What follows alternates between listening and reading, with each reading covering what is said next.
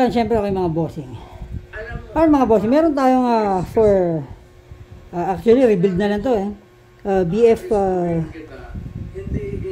BF106.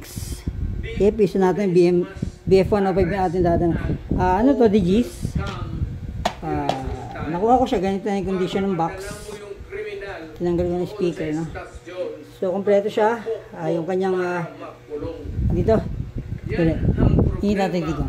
Kompleto, pati yung crossover niya sa loob, no? Yung dividing network nandyan. Wiring kompleto, maayos naman. Tinanggal ko lang kasi 4-edge yung woofer nito.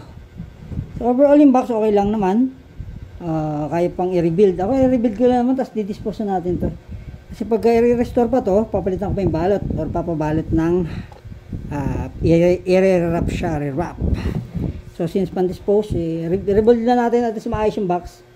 Kasi may buka dito. Actually ito lang naman, pero lahat titibay na lang natin lahat ng mga edges.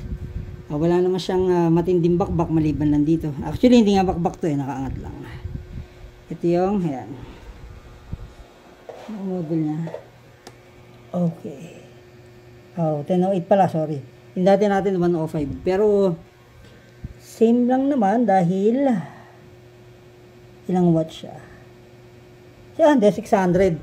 Yung sa atin pala, yung 105 natin is 450 watts lang yun. Ginamit natin. On, ano? Wala 600 watts siya. Same naman na 3-way, mga boss. Yun yung cover niyan. Kaya lang, wala pa tayong block na paint. Baka bukas pa natin mapinturahan. Tingnan yung mga cover. Buo pa naman. Ayan. So, pintura lang. Importante dito yung dito yung label niya. So, reveal lang to. Siguro, pakita ko na lang pagka naayos na rin yung speaker at na-sound check na. Again, mga bossing, no? Para lang doon sa mga sakaling may mga sira-sira dyan or gusto mong buo or nakapulot sa junk shop at gusto mong buuin. Simple lang pagka ginawa nyo. Kung saan lang may sira, doon lang kayo mag-focus.